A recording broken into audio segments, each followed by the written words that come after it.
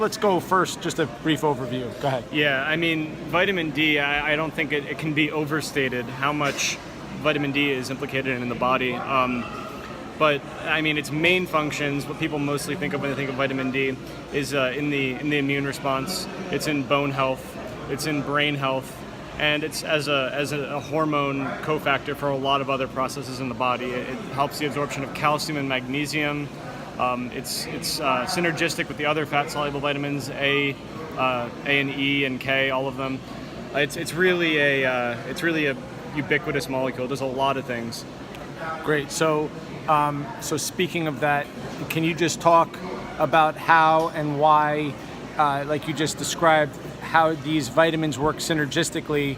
We can move from D3 to K2, which has become very popular to put together in supplements. Can you explain specifically what's happening with calcium there and why this is important? Yeah, so the synergy of vitamin D and K is that so vitamin D will help the absorption of calcium and get it into the bloodstream, and then vitamin K takes the K2, right? K2 and also, the active form K2, takes the calcium from the bloodstream and ushers it to where it needs to be in the body, like the bones. Right.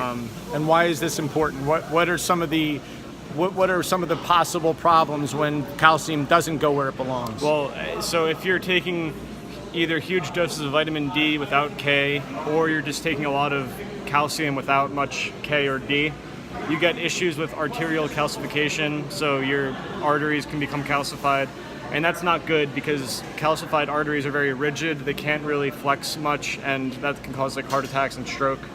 And that's so that's what happens if calcium is not put where it needs to be, like in the bones. And vitamin E, can you just talk about it at what it seems to be its main function?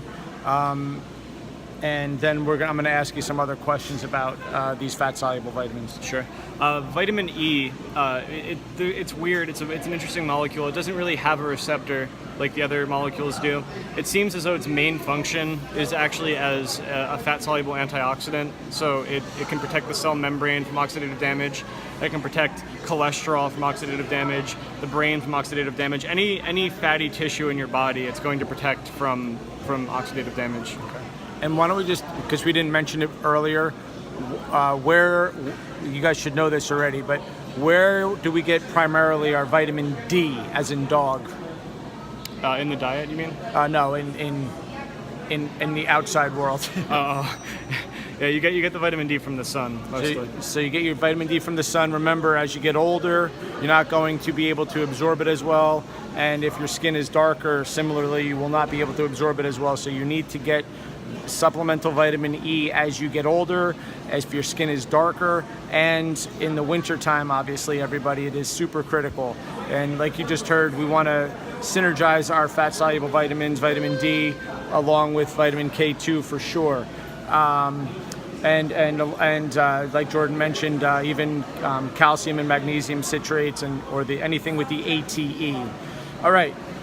Let me ask you this: what is one of the main things that people could be suffering from that would prevent the absorption of these fat-soluble vitamins? So I guess gallbladder and liver issues could both cause that. I mean, because the liver produces the bile, and then it's then stored in the gallbladder. And the bile is really important for emulsification and absorption of oils and fats.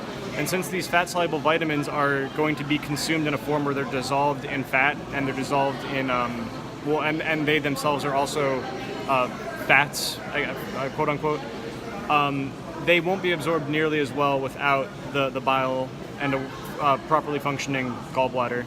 So if we see floating stool, right, fatty stool, light-colored stool, this would be a sign that you're not absorbing your fat, everybody, and this is actually a big deal, which we'll talk more about tomorrow. Anything else you want to cover, buddy?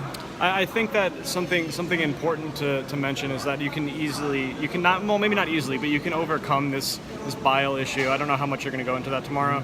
We will, but go ahead. Yeah, but so you can supplement things like taurine. Taurine is really important for making bile acids, and it can help people absorb these fats. So taurine's just an amino acid, right? Right? Yeah. Why don't you talk a little bit about the makeup of taurine and Yeah. what's happening there and why it would be helpful? Yeah, taurine is it's a different amino acid than most other amino acids. In fact, it's kind of alone in this category.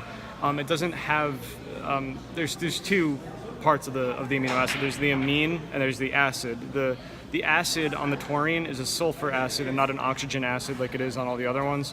So because of that, it doesn't actually really make up structural proteins like the other ones do. It's just used as an acid to emulsify fat in the digestive system.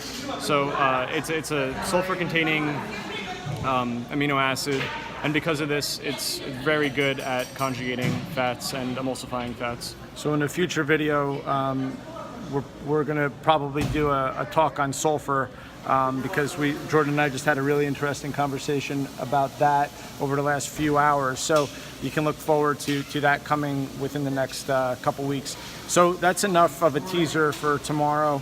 You get a little bit of a flavor, and that will give a good springboard to some cool conversations. So hopefully see you in the morning, everybody. 9 o'clock. Have a great day.